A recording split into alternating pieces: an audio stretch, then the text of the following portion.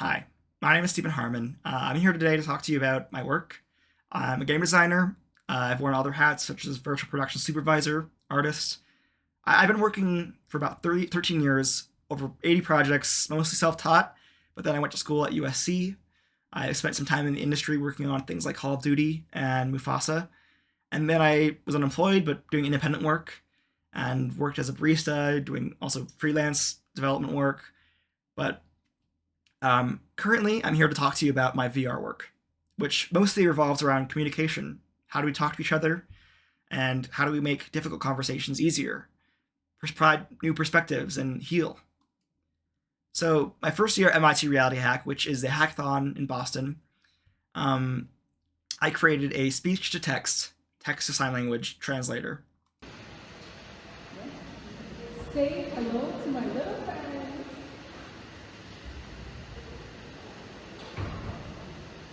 So, as you can see, your VR headset, whatever you see, the person who's talking in front of you, it'll display on their head, it'll track their head with OpenCV and display subtitles. Now, the subtitles in real time will translate to sign language with hands that will track their face. And it uses Sign Exact English, SCE, instead of American Sign Language because that's sort of a stepping stone to learning ASL and easier for non-sign speakers to sort of learn. Now, this is a big deal because it was the first database of that, and it was also one of the first sort of computer vision-y VR projects that we had to hack together with the webcam before there was official support for that. Now, my second year, I worked on this project more close to my personal experiences called Caregiver. It drew from my experience taking care of my grandma at home hospice care when she had cancer. Now, usually when this happens, you're given a little pamphlet that basically just says what to expect in the last few days, weeks, and even hours and moments. But that's never enough. And if my family had had something like this where people could record and share their stories and give you advice, even nurses, that would have been huge.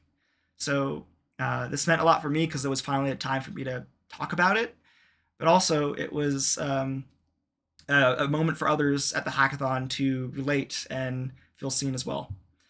We won an award from AGOG, and that was pretty big. But overall, MIT Reality Hack, it's a group of 500 people, most intelligent people you've ever met around the world. And what I learned is it's not about creating a working prototype as much as it is about selling the idea of what it could be. You know, it's nonstop problem solving. You're losing sleep over 3 days, not only working on a prototype, but also a pitch deck video. And it's life-changing. It's really inspiring, and you'll make friends that'll last a lifetime. And it's really competitive because there's money on the line, but it's also very supportive too. There's mentors there that will help you through all the hurdles you'll encounter, both technical and personal. Now, since then, I've been working on this project called Zoto. It is an immersive theater VR show that's adapting a play that happened locally from the Japanese Arts Network. Why I think this is so important is because history is repeating itself, and with ICE and the current political landscape, we've been here before. And, you know, whether it's internment camps or it's detention centers, it's the same. And it's the same atrocities that we should have learned from. So making people care, putting it in their face, I think is crucial. Welcome. We are so glad you're here tonight to help us help our patient, Mia.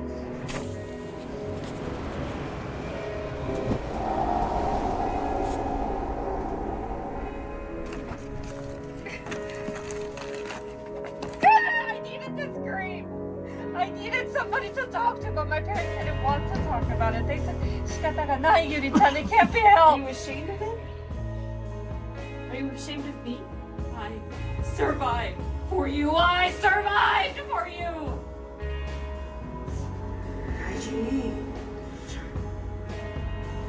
All Japanese were ordered off of the West Coast, and we were told we could only bring what we could carry. Cooking utensils, tools. How do you pack? everything you need for existence in 2 suitcases. We had to sell everything that we had worked so hard for. And my mom never got over the shame and the disgrace of being incarcerated, being in jail for 3 years. And her crying, her face. She looked like the enemy.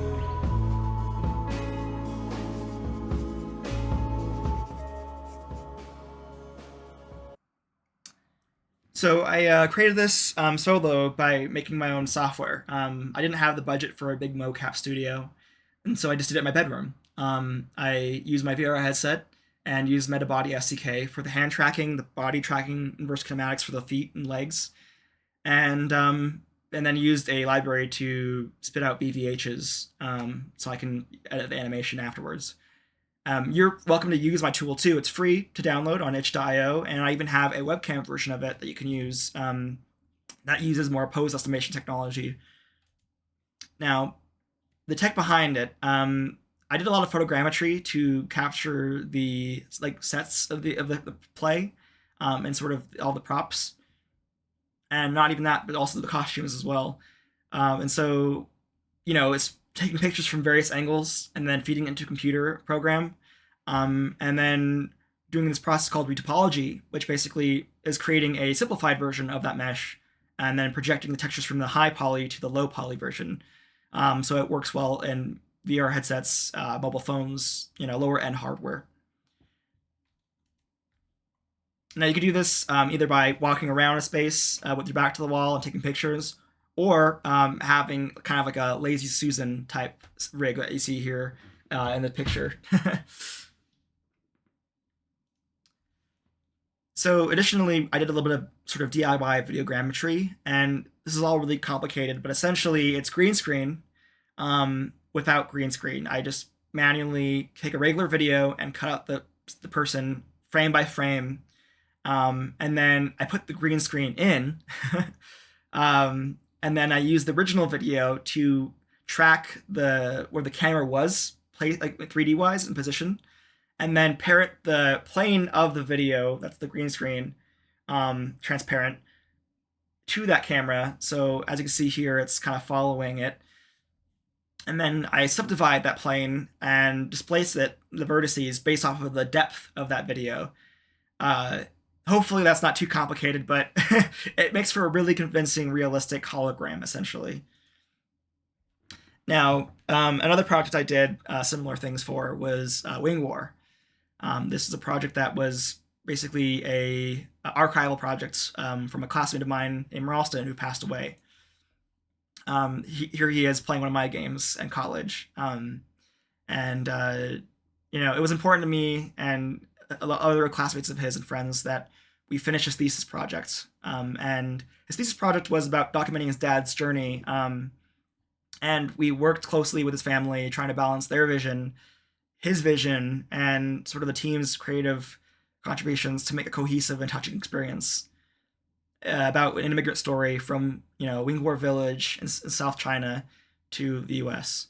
I served as the art lead. I modeled the environments, animated the UI, scripted things, wrote tools that I'll show you in a little bit. But essentially, there was a lot of different stylized sort of methods of having characters on screen, as well as different interactions that you had to do to perform different ceremonies and traditions. So the first of which was figuring out how to, optimize environments. So we would get 360 video, and I wrote a tool to, from that video, get the depth, and then project that video onto a inverted sphere, and then displace that sphere to sort of create a walkable scene. Because mostly 3D scenes, like this, are really nice, but they're really cost heavy. And so to optimize it, a sphere is a lot cheaper. And you could do a lot more video editing things to it, like painting a landscape.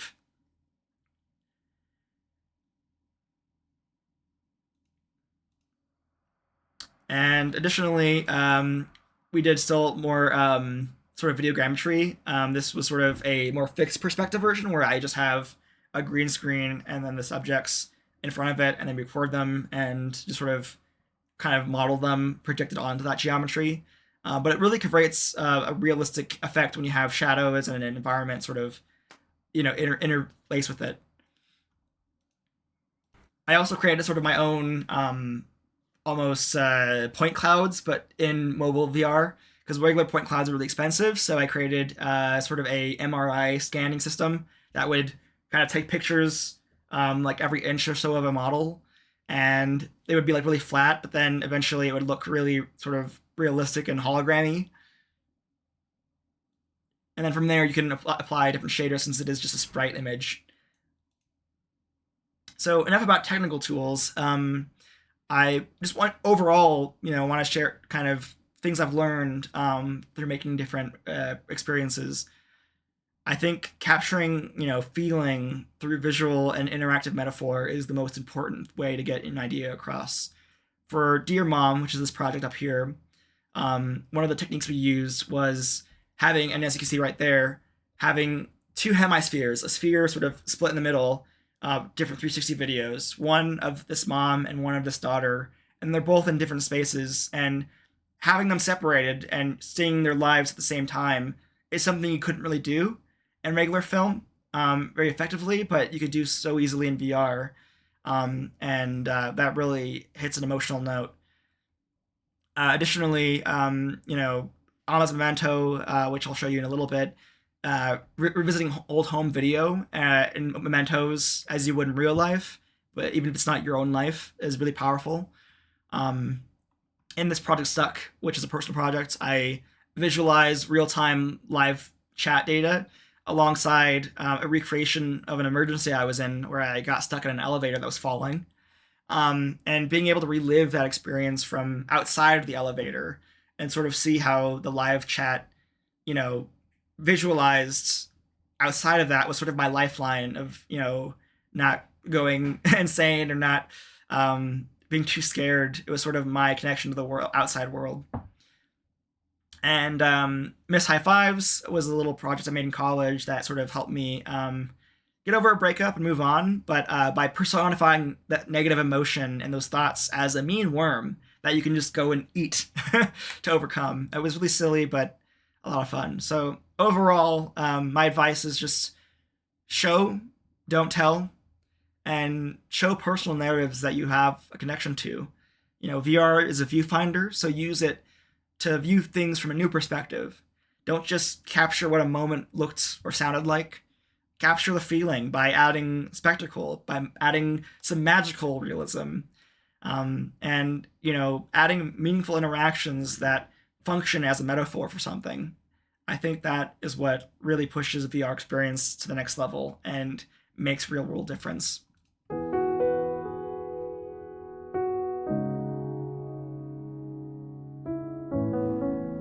And with that, here's some of my work.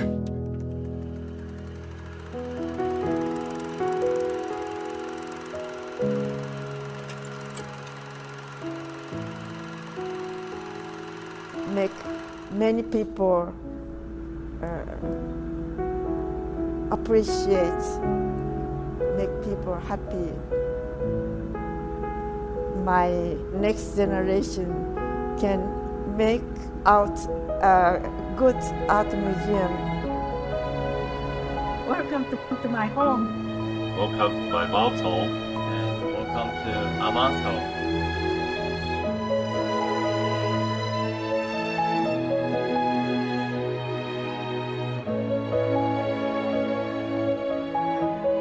That's fun.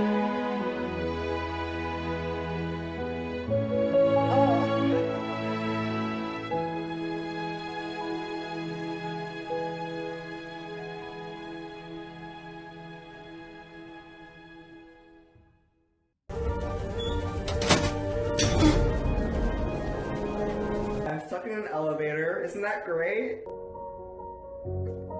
Yeah.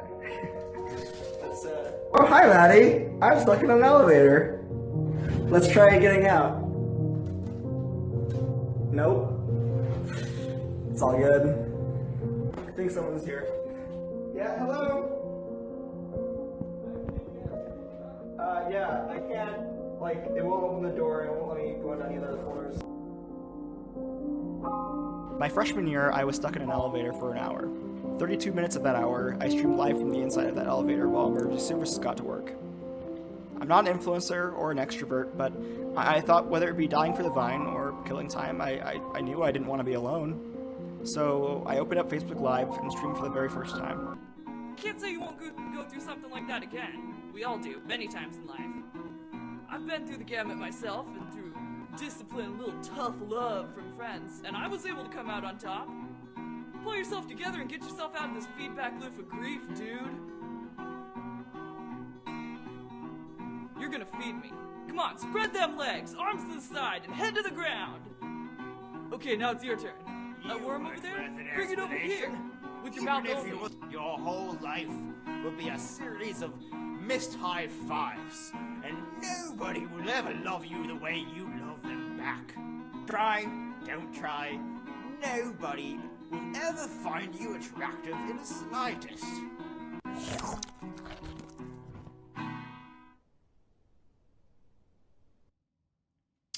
All right. I guess this is the time for questions. Thanks.